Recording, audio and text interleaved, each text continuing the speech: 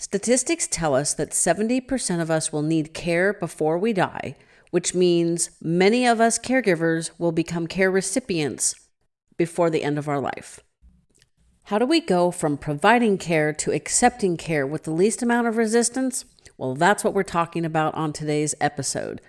Before we get into it, I really greatly appreciate it if you would share this with friends, family, caregivers, strangers on the street, just tackle them, make them listen. It would be great. Mostly I'm kidding. I appreciate all of you guys listening, and let's get into it.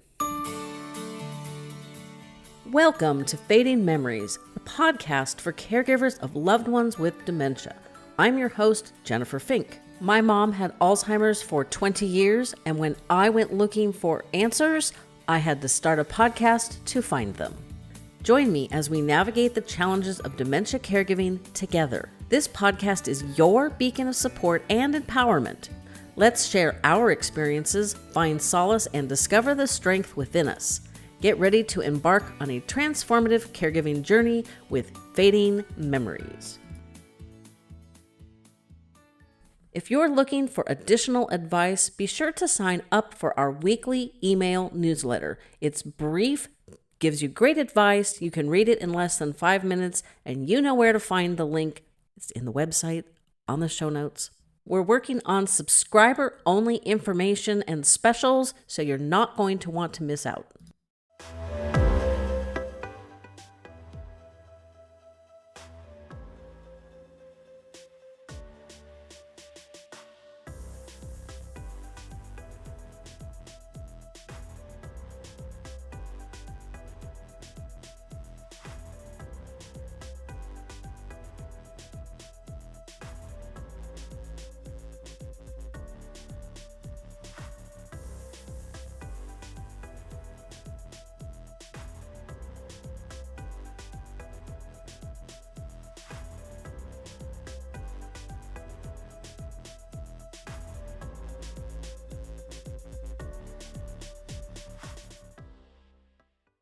Now, on with our show.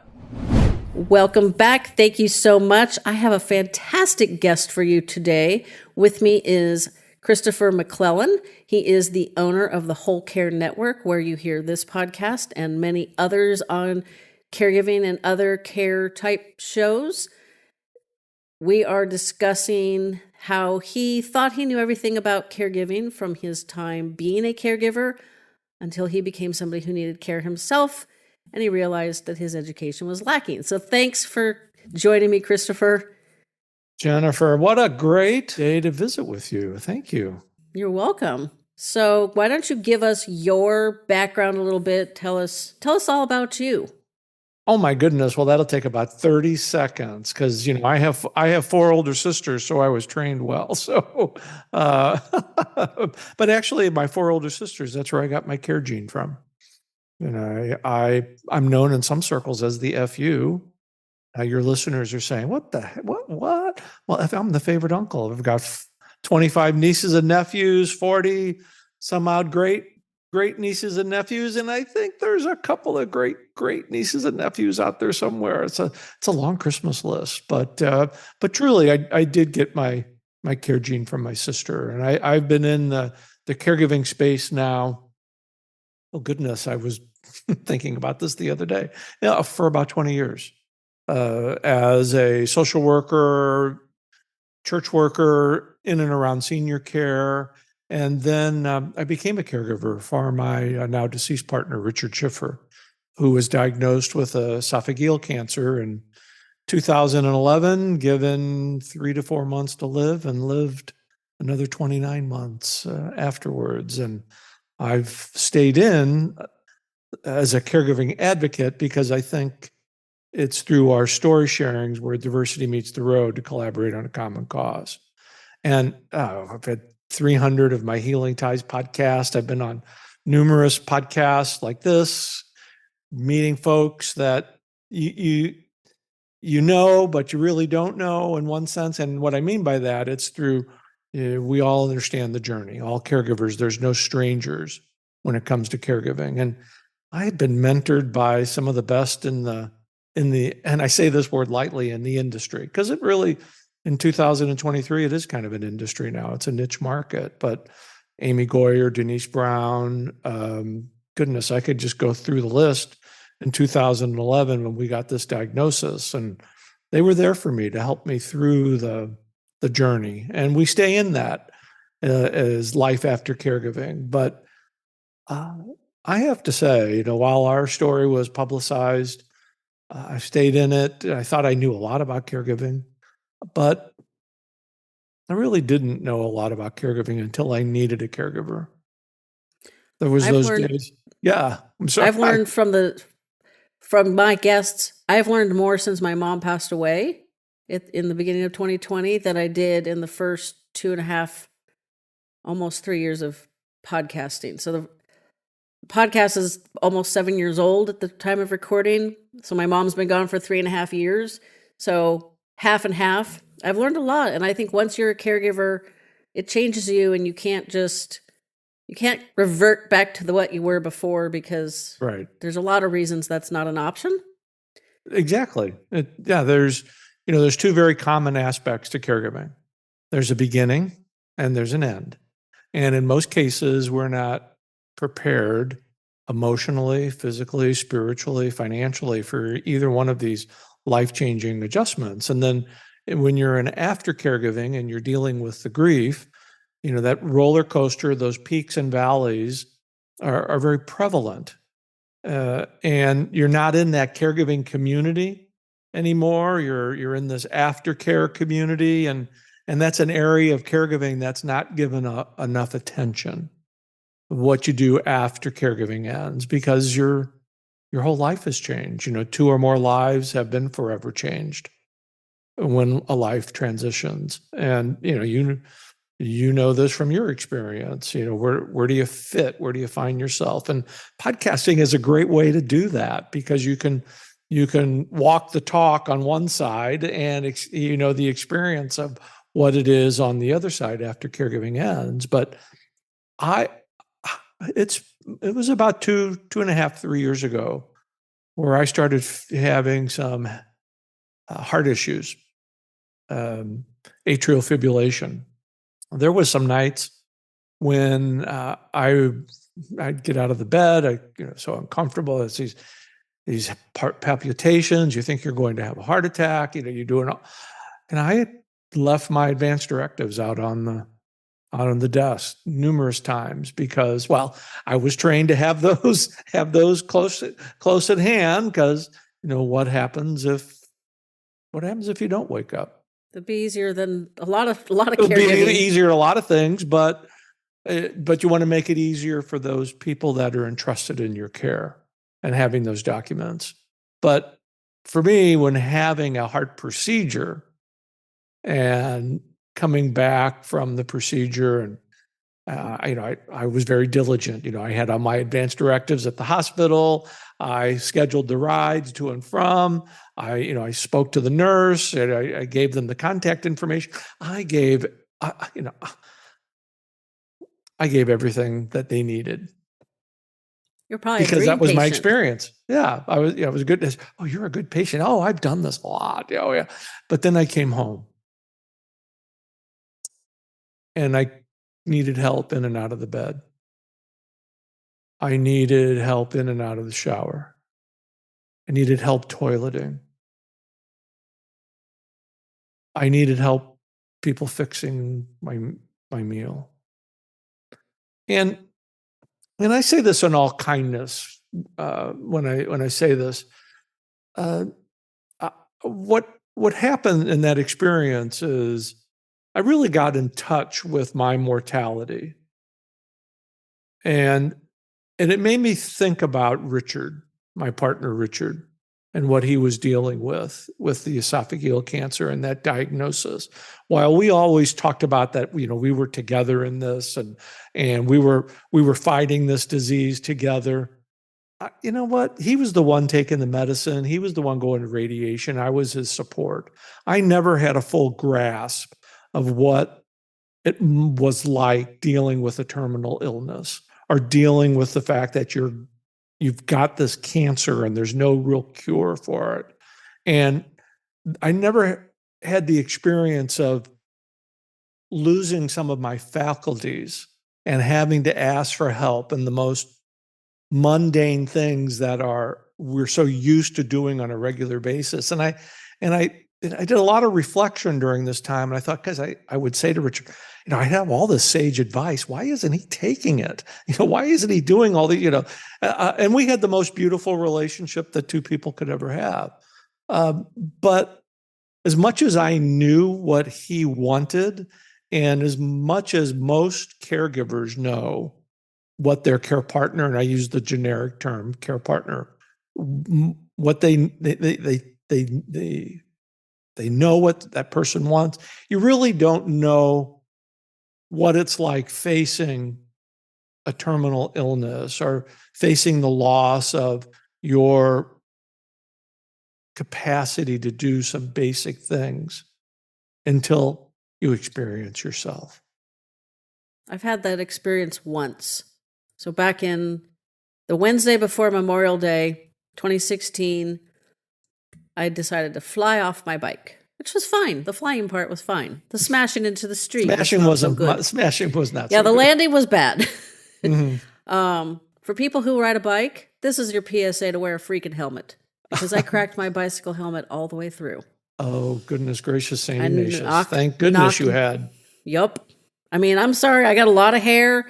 Bike helmets are ugly. They do ugly things to your hair. I get it. Don't like them. But that's my PSA. Saved your life. Yes, it did. I can only imagine. If I wouldn't have died from that crash, Lord only knows where I would have been. But I did break my collarbone.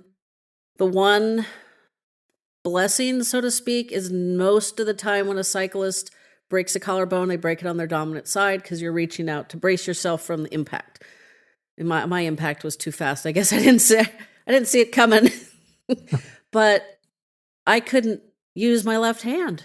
Thankfully, I'm right-handed, but I couldn't use my left hand. And you talk about needing help toileting and stuff. Thankfully, I had old, oversized workout shorts that I could yank up. You could maneuver one hand at a time. And so I was, at the time, there was four adults in my household. And one day, part of the way through healing, feeling better, but not totally with it, everybody left. And I'm like, well, okay, I'll just make myself my own sandwich. Do you know how hard it is to slather some mayonnaise on a sandwich with one hand? It's like not you're pushing easy. the dish all the way around the counter, and it's like, this is ridiculous. Maybe I should have just spooned peanut butter out of the jar or something.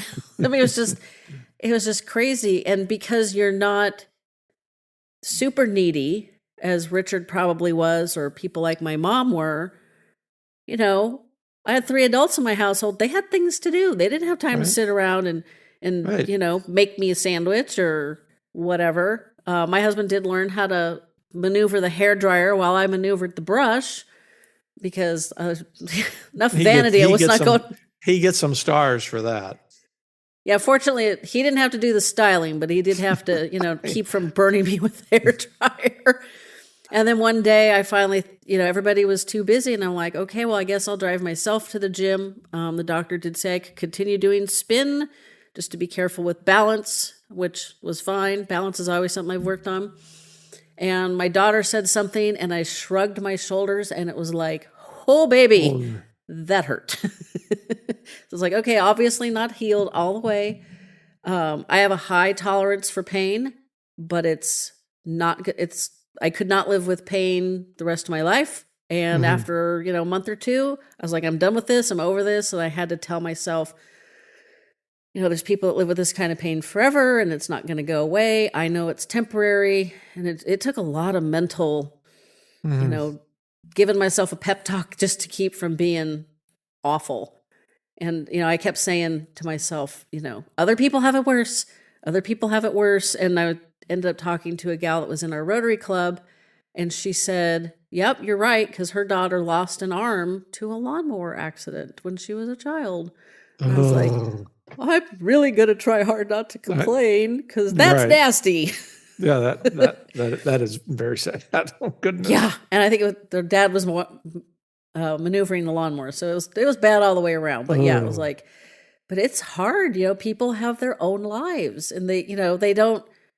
you got to go to work, make the money, and take care of the responsibilities, and they don't stop and go, wait a second, maybe I should make her a sandwich before I go, or maybe I should make sure somebody else can drive her to the, it's like these, it's like you don't think of all these things. And No, thankfully for us, it was short lived. And that's the only bone I've ever broken in my entire life. So we're going to keep it that way knock now. on wood, knock on wood. Yeah. Yep. But I think when we've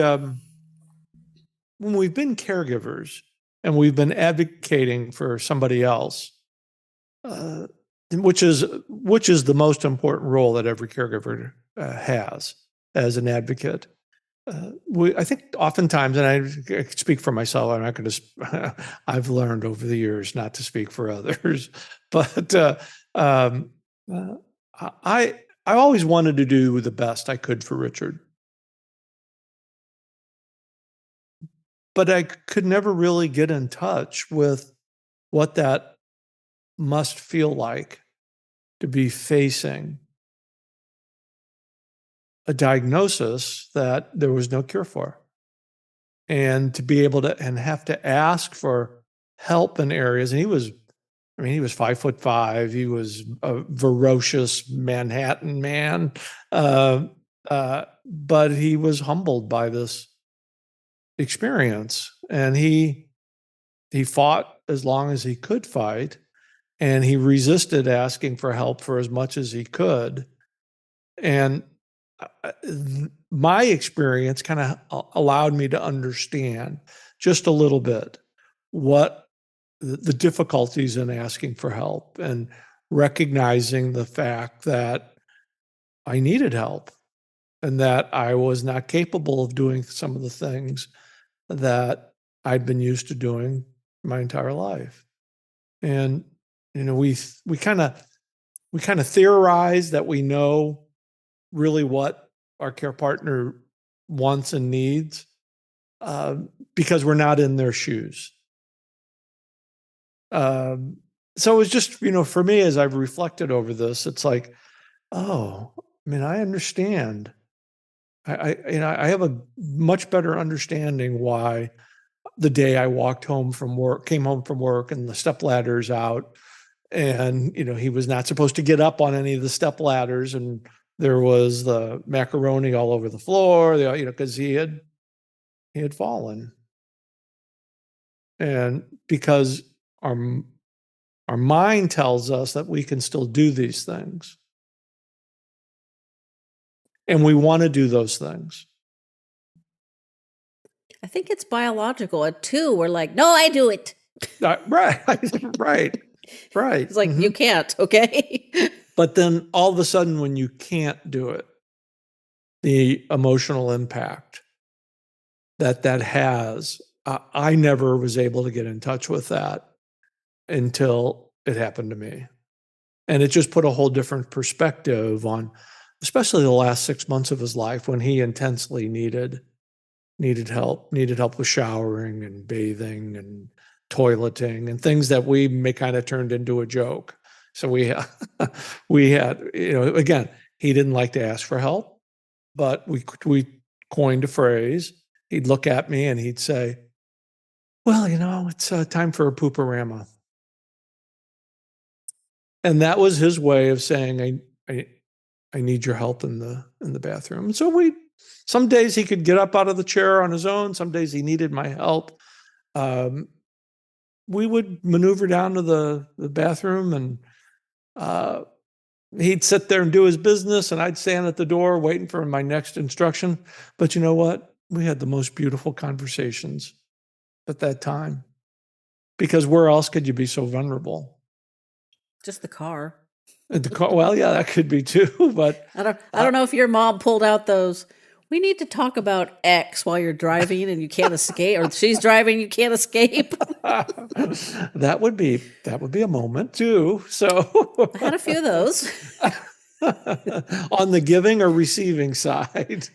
Technically both. I was driving home from work with my daughter, who was 4 about the time, and we had to drive over a pretty steep hill to get from one city to the next, and there was cows, and she said, I don't know. She must have known the answer when she asked this question. She's like, where's hamburger come from? And I'm like, oh, Lord, there's these cute cows right here all around us on our way home. And I don't want to turn the child into a vegetarian at 4, but I don't want to lie to her. So I said, well, actually, see the cows? I think those cows get turned into hamburger. And she looked at the cows and she looked at me and she goes, cows make good beef. And I was like, oh, Lord, okay, phew.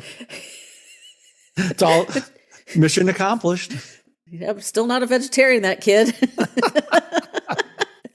They'll figure out there's now. A process for that cow to get the beef out of the cows. Yeah. So unfortunately, she didn't ask any follow-up questions, but I've been on both ends. Yeah.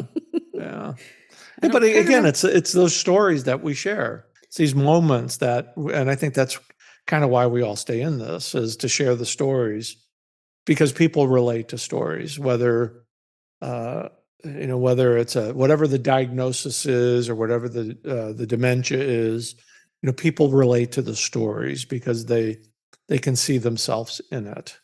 And the best, I believe, the old social worker in me, the best information and referral comes from the stories that we share, especially those stories where people have been in the trenches. And that's where you get the authenticity. So I'll never look at a cow differently now, though. So,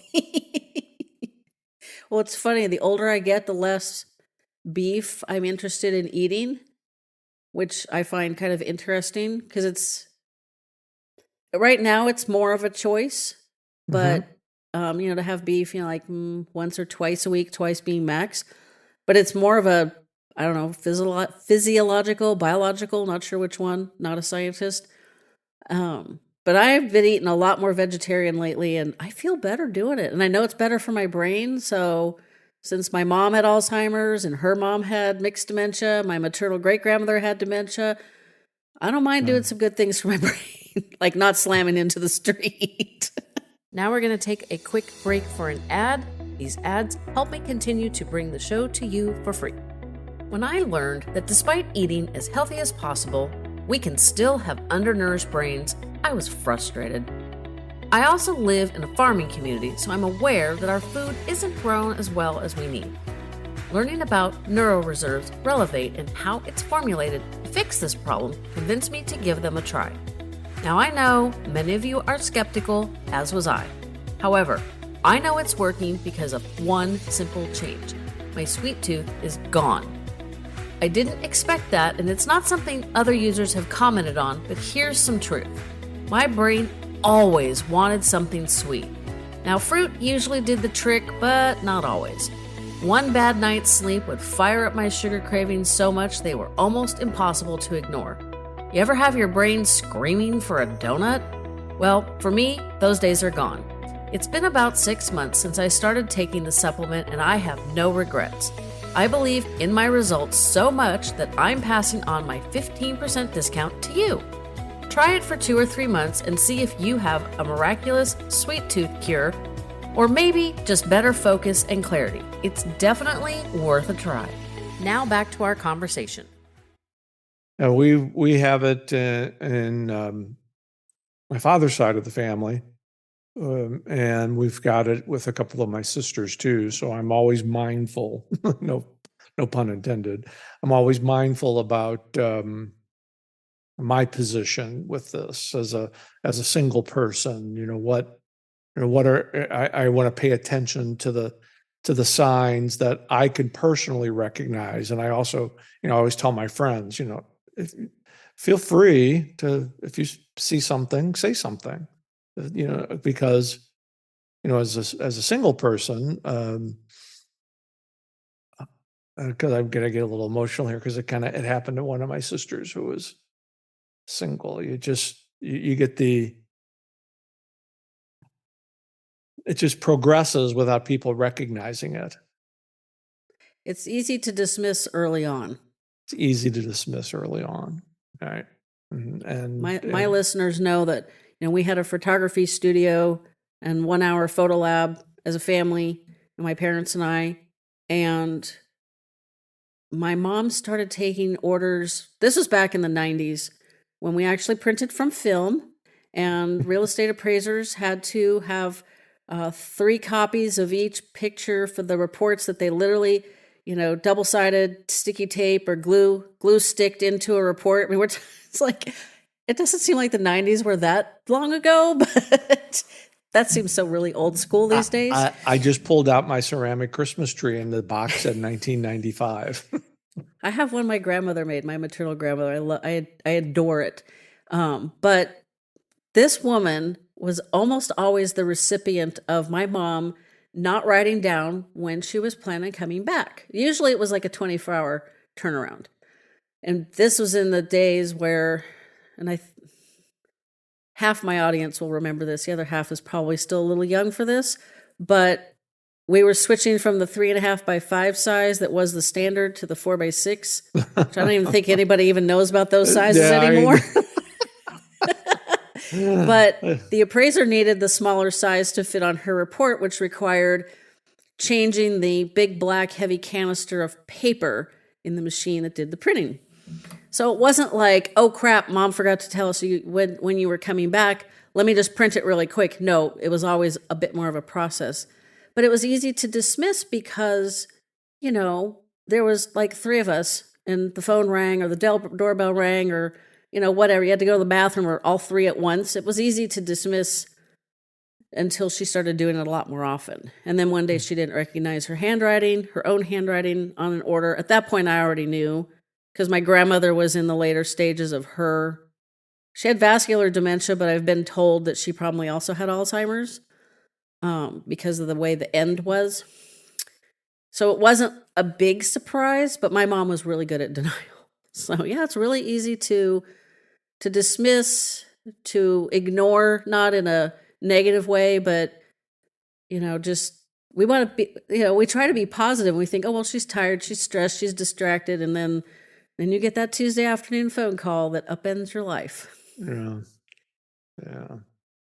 So what would you do, knowing what you know now from both sides of the caring, needing care and giving care? What would you advise caregivers, especially those who are in the earlier stages, even the later stages probably, but what would you advise them to, how would you suggest they kind of like mentally proceed with the knowledge that you're sharing? I hope that made sense. Well, no, I get it. A couple of things. One's kind of standard. Find that comfort zone where you can set a daily intention for yourself. I don't use the word self-care anymore. I use the word self-compassion, where you can find that find the moments to where you're comfortable with yourself and taking care of yourself. But I think I think really the important thing here is be mindful that you're the co-pilot. You're not the one taking the medicine. You're not the one going to the treatments. You're being the supporter. You're probably going there, but find that comfort zone and knowing that in your role as an advocate, as much as you think that of what you know about your care partner, it's really hard to know what they're dealing with until you've been in their shoes. Take a day and think about what it must be like to ask somebody to help them toileting. Not everybody can do that. Toileting is one of the, we made a joke out of it, but not everybody can toilet, can help somebody with toileting. Find the role that you feel comfortable in, and then find that help on your care team for those roles that you can't really do or don't want to do. But be mindful that what you're going through as a caregiver, as hard as it is much different than what your care partner is going through. It's probably very true. As my mom got in the later stages of Alzheimer's and didn't seem to understand that she had any kind of significant issue whatsoever, I think it got harder to understand that, or Well, to remember that. because I wasn't a caregiver for anybody with dementia. I've got a couple of sisters, tried to help a little along the way, but the stories still resonate because we always want our care partner, our loved one, to be like they were. I'd love to have Richard back. We're approaching 10 years. I don't want him back the way he was the last 6 months. But when we're in the middle of it, we don't recognize those changes that happen subtly on a day-to-day, because we're intensely involved with this person and we don't see those changes. And that's why it's so important to have an objective third person involved who you can trust and allow them to say to you what needs to be said, that this person, this is my observation, usually is like, oh no, he could do all those things. Oh, no. Having that objective third person come in, that you trust, to help you assess what's really going on with your care partner, will go a long way in making a difficult situation just a little bit easier. And I learned the hard way. Asking for help is not a sign of weakness. It's a sign of help. It's a sign of strength. But we think our caregiving capes can do it all, yet we forget about the emotional impact. And we're trying to deal with somebody that we've known for X amount of years in this previous role, and their life is totally different from what that is. But they're trying to live that life. They're trying to do the toileting. They're trying to get up on the ladder to grab the macaroni so they can make their own dinner. Just be conscious of those moments. And I guess the word that's coming is be self-aware. Be self-aware that your talents and skills as a caregiver, as good as you are, there's always somebody there that can help and see it from a different position that will help you, not only in your role as a caregiver, but when you need care, because all of us are going to need care at one point. Yeah, I'm fun at parties because I like to bring up the statistic that 70% of us will need care before we die. And before you think that you're going to be part of that 30%, that's crazy people like me that fly off bicycles without helmets or die in car accidents or die suddenly from a disease. Just because 30% of the people don't need care doesn't mean they will live to 100 and went to sleep and never woke up. I have a friend that I'm working on her, but oh, goodness. And again, that's another example about why we stay in it, because of our experiences. It's one thing to type in Dr. Google and get all these, all these different websites and but I come back to my pet phrase. It's through story sharing where diversity meets the road to collaborate on a common cause. And that's why I think folks like us and after caregiving stay in it, to provide those stories to people who are coming before us in their care journey.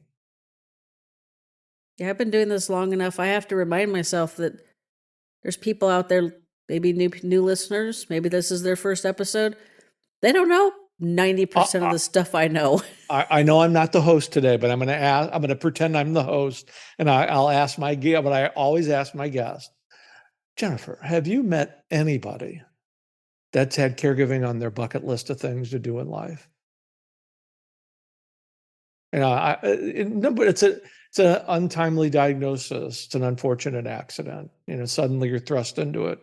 And most people that are thrust into it are not well-versed in the legal system, the medical system, the social service system, the clergy system, all those support systems that you need in order to do the best you can in this very intense but meaningful role. I have been corrected, though. I've had listeners tell me, well, I decided to be a caregiver because my partner or my spouse was handicapped when we connected. And I thought, oh, my heart goes out to them. Yes, there are people who choose that because of that but the majority of caregivers are thrust into this at a moment's notice. And it's usually an emergency situation. And what happens when you're in an emergency trying to make decisions? I can share all my stories of the bad decisions I made in the midst of an emergency because I didn't know.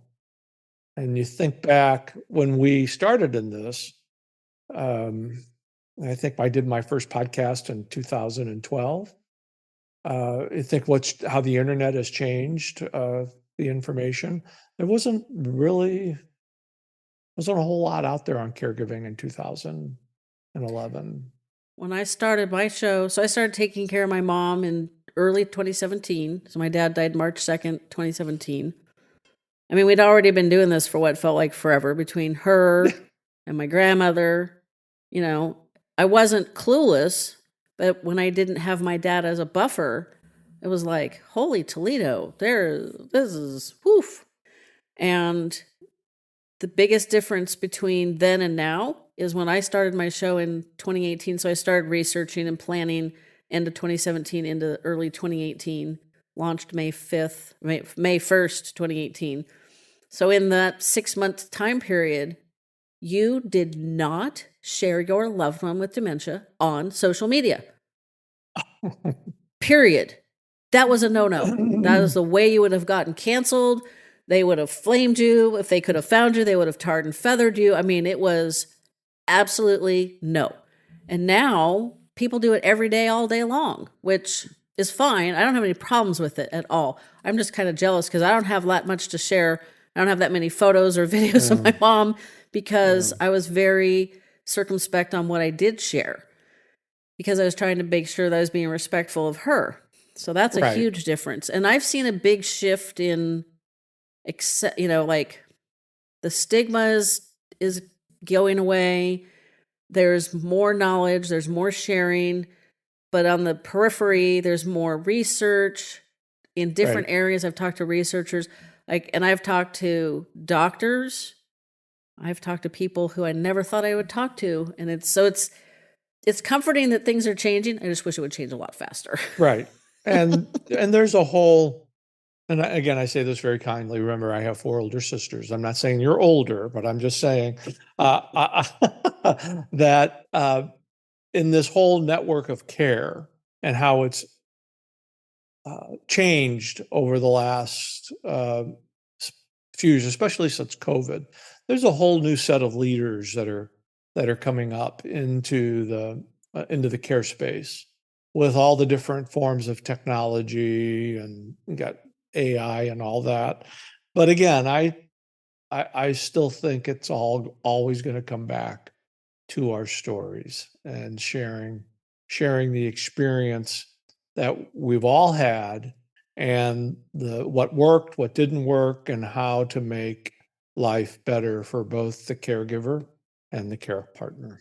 And that's why you're doing what you're doing. I love the question. Are you concerned AI can replace your job? No. AI can't be a caregiver, and they can't share all the caregiver stories like you and I do. So that's right. Maybe someday, but we'll see. Like I said, I plan on living to 103, like my paternal grandmother did. Just 46 years. You people can do the math. There you go. I'm not shy about my age because I haven't had a perfect year yet, so I got to keep trucking and find one. But you said something that I really liked because it brings up a situation that I see quite a bit. Is you said that our caregiving cape isn't always big enough. Mm-hmm. And I have run across caregivers whose parents, it's usually a parent. I haven't, it could include a spouse, but usually it's a parent who refuse outside help and assume that their usually daughter can do it all. And there's just, it's all bad from that. It's like, that's starting off on the wrong foot. And I like the knowledge of having a third party that can help you, that can observe through different eyes. Like, I'm sure most people can relate to this one. You lose some weight, you don't see it in the mirror. You might see it in your clothes not being as Right. snug, or your pants are starting to slide down to your knees, but you Mm-hmm. don't really see it in the mirror because every day there's just this little tiny change and you don't even notice it. Now, I lost over 100 pounds, and that's a really Congratulations. interesting. Thank you. Kept it off too, most of it. Mm-hmm. So far so good. It's been 10 years. Oh my Lord, more than 10 years. But I actually went through like a body dysmorphia period where what I saw in the mirror did not remind me of myself. It was like looking at somebody different. And that was weird. So it's like I could understand people that actually have a clinical diagnosis of that problem. But, when we're taking care of a loved one, we don't notice those subtle changes, like you said. I really think that's a nugget that people need to keep in the back of their mind, because there could be changes that you miss that are important to not miss. I'm sure Exactly. You just, because you're there every day, you see it. Your routine, it might be a little bit different, but you see the person every day. You don't notice those subtle changes. And I think that, the thing for me, because 2 days before he died in the hospice, I'm thinking he's coming home because that was the plan. He always got better. I mean, I'm talking to the doctor, this didn't happen. This didn't, we were going home. And it's like when the doctor looked at me, the two doctors looked at me and said, you know what? We don't know how this man has lived as long as he's lived, considering the amount of cancer that's inside of him. It's a testament to the love and care that the two of you have for each other, that you live that long. And it's like, okay. So, because I never recognized it. I can't say I never I mean, I knew there was levels, and that's another thing that I'd want to share with your listeners. There's always a level. There's always a plateau. Your care partner will always get to a plateau. They might stay at that plateau for a while, but there might be a day or two where it's going to get better, but it never gets better. I'm not trying to be harsh. I'm just trying to be reality. It plateaus. The plateau very rarely goes up for an extended period of time. The plateau only goes down. And I'm only saying that not in a mean way. I'm just saying that's just the reality of these care situations. We want everybody to be as healthy and happy as possible, but we have to be realistic. And when you're emotionally involved with someone like I was, and like millions of caregivers are, that's kind of the reality. And and the shocking thing for me after he died, we were fortunate. We had our story told by a local newspaper who was nominated for a Pulitzer Prize. I mean, it kept me in this. The only thing different, there's nothing different about our story than anybody else's. It was just publicized. But those reporters followed us for 7 months.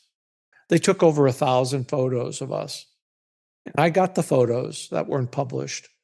And over the years, I was able to look at those photos from September of 2013, when they started following us, to March 9th of 2024, when he died in 2014.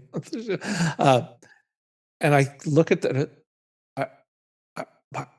I can't believe how sick this man was, and how jaundiced he was. I never noticed it because Those are the subtle changes that go on during a diagnosis that the main caregiver often doesn't see. And that's why I stay in this, because I hope that I can just touch just one person that didn't have to go through what I went through by sharing the story. Because the journeys are all different, but when emotions play a role in your experience, you know that by sharing your experience, you can help somebody else just a little bit, and that's why we do what we do. Very true. Where can people find more of you on the internet?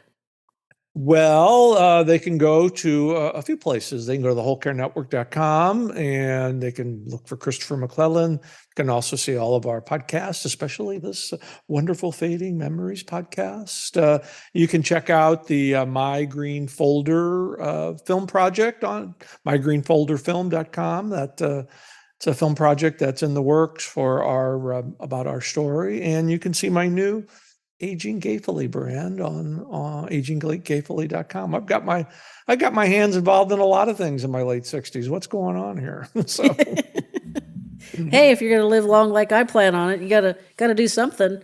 Can't just sit around, can't just sit around and watch TV. That's boring. No, I'm not sitting around and listening to podcasts. There we go. I get a little out of sorts when my daily news podcast, they took off Wednesday, Thursday, Friday for Thanksgiving. They take off other, I guess they're federal holidays. Yeah. It's like, I don't take time off. What's I need this. So it's, or in one of my other, there's a favorite for the dog lovers out there. There's the Golden Ratio podcast, independent. Mostly they talk about dogs, golden retrievers.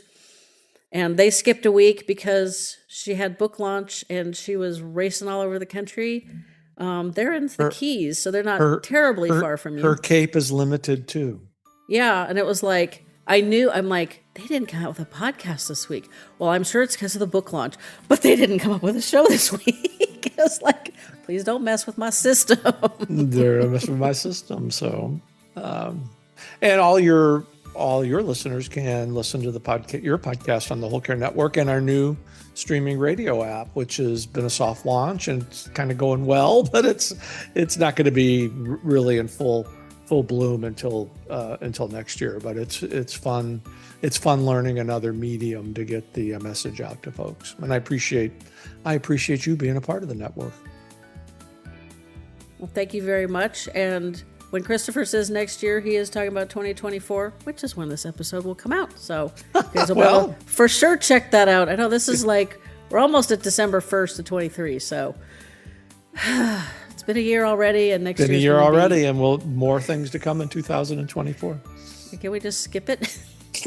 Move on to 25. So I don't know. That might not be any better. Well, I appreciate this very much. I hope people make sure you tune into the Whole Care Network because one of my past guests, Elizabeth Miller, is on there. Christopher's on there.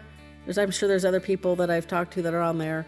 And that's just where you can get to find all the good stuff. So a lot of great podcasters on the network. And check out our Whole Care Network University. And there's just a lot of stuff to get involved in. So, but thank you for what you do, Jennifer.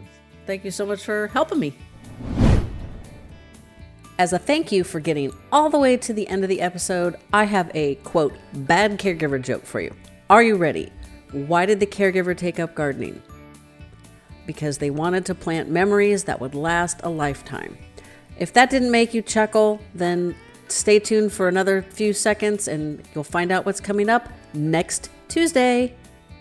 I think there's going to be a high demand for more of the holistic approach. How are we supporting not only the older adults, but the family caregiver, as there's so much momentum in the family caregiver space about how are we supporting caregivers in the workplace? How are we supporting them and giving them resources to make empowered decisions financially or legally or healthcare decisions? So I think that what will set apart good senior living communities from great ones is that extra component of how are they also supporting the family caregivers that are in their life? Thanks for listening today, and we'll be back in your ears again next Tuesday. Please support our sponsors, for they help us bring this show to you for free.